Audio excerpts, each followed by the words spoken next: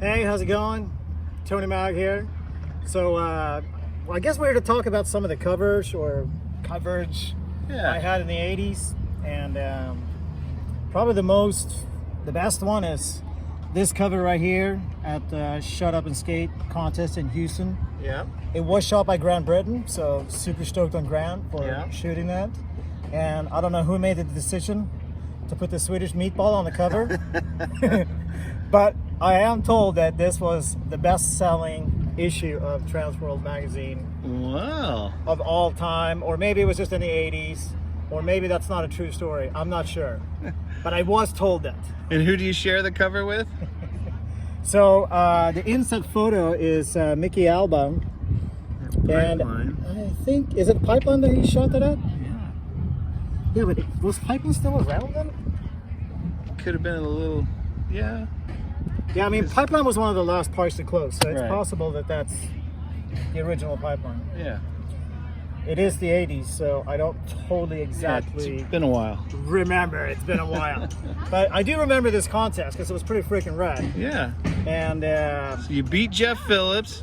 I did beat Jeff Phillips and a few of the other Texas boys, and I'm so bad at remembering stuff from the 80s, but what was the guy that was freaking super rad? Bryan Pennington? And Bryan Pennington. Yeah. So Pennington, we were trying to get him on H Street. Oh, yeah. And I don't know if he rode for H Street at that time or at some point, but we were all super stoked on Pennington, and he was really the guy to beat at this point. Yeah. Well, that was so the other thing that I'm told about this contest is when it was all said and done, the judges should add it up, everyone's ready to go to party and whatever.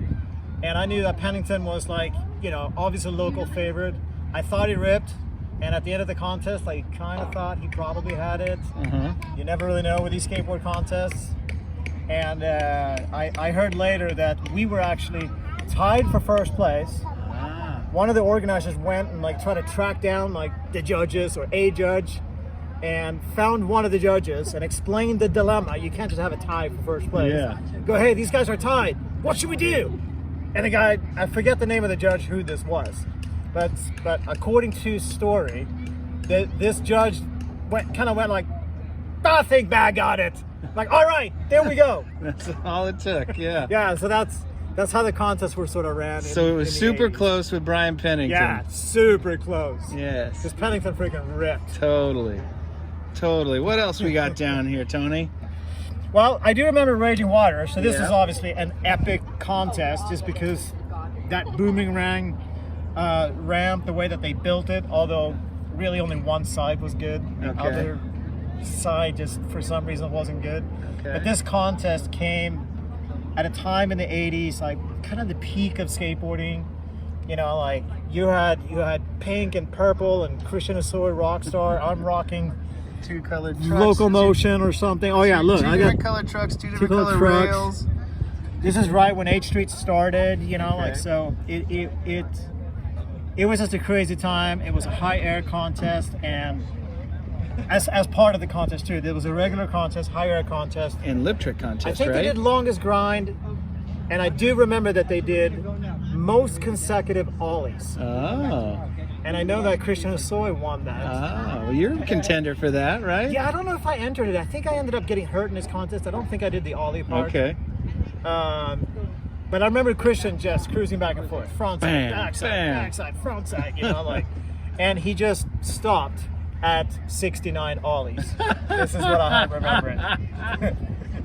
And I think he won by a million miles. Yeah. With that number. So this is a Dan Sturt shot, and it was a fold-out poster in Poweredge. Oh, Sturt shot that? Yeah. Wow, I didn't know that. Yeah. Sturt has a lot of great photos. Oh, for sure. They are hiding somewhere. Yeah. Where they are, we may never know. Yeah. And then 540's Australian mag. Yeah, so I went on a tour, a few of us went on a tour in Australia. Went everywhere. It was super rad. I remember meeting Lee Ralph in Australia, and so that was super rad to get to see him skate and hang out with him and really get to know him. Just awesome dude. I don't really think that he was a huge fan of H Street at first. Okay. And at some point, I had cracked some silly joke at 6 in the morning when we go to the airport, and he thought it was the funniest thing ever. And then we were like best friends after that, you know. Awesome.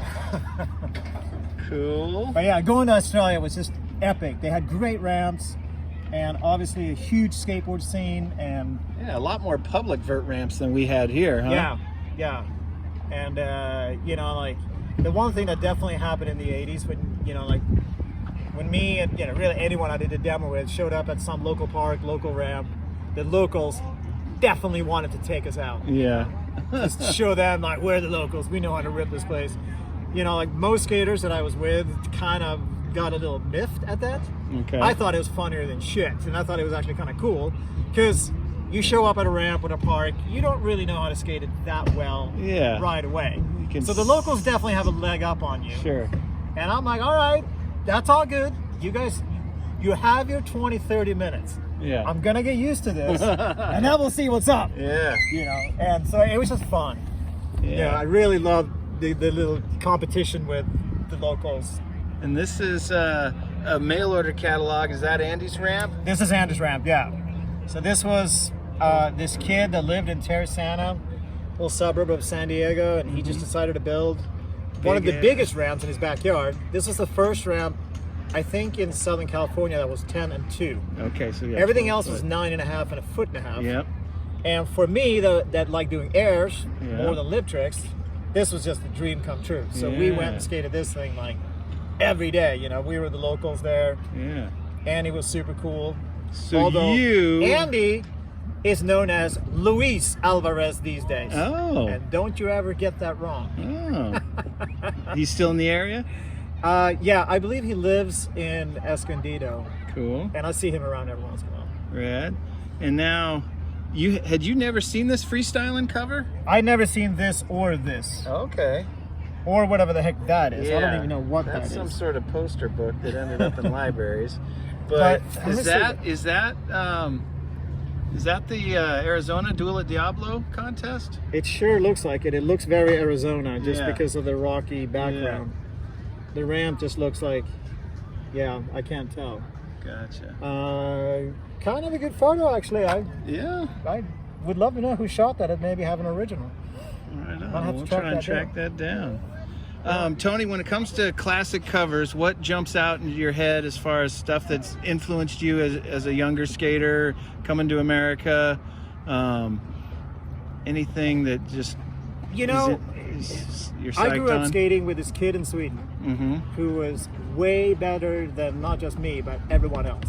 His name was Per Viking. Okay. He was the cockiest, most irritating, annoying, and talented skateboarder pretty much almost of all time. I mean, he's easily on the talent level of the Tony Hawks and the Daniel Ways of the world. Didn't he have a skateboarder cover in the late 70s?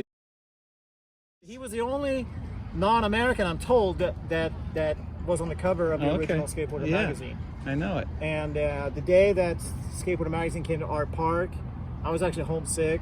I get a call going, dude, you gotta come in and skate because the magazine's here. Yeah. I'm like, crap, I'm sick, you know? So I get a Per Viking is all over the place, screaming, just ripping. So yeah, he ended up getting the cover. Awesome. And he certainly deserved to get the cover of that magazine. Right. So obviously that was huge for all of us Swedes, you know, that he was able to do that. But he was just simply that good. And, you know, like everything I know really about skateboarding, or a lot of it, like competitiveness and whatnot, I learned from that kid. Cool. And he certainly wasn't impressed by anyone. There's not a single skateboarder on this planet that he thought was worth a hill of beans. Certainly not me. Yeah. You know, and unfortunately he didn't stick with skateboarding, which kind of sucked. Yeah. He got into surfing. He was in California a few times. Okay. And he also tragically passed away in the 90s. But I kind of learned from him, so we weren't really that impressed by much of anything. Maybe other than Alan Gelfand. I don't know that he was on the cover, but his first frontside ollie photo. Yeah. That was just that wooden ramp. Yeah. Yeah. It was just a beautiful thing. I think the first photo we saw, I want to say, was at Del Mar. Oh. It was in a pool. And we all sat around and debated whether or not it was possible. Really? When we looked at the magazine, we weren't sure if you know, it's a photo.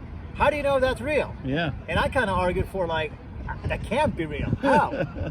You know? Yeah. They probably rigged it, you know, like stapled gun the shoes to the board or something like that, you know? Yeah. And then, where are we today, Tony? I know, that's ridiculous. Where are we right now? Oh, so right now we are here in Cardiff/Encinitas at the girls exposure contest.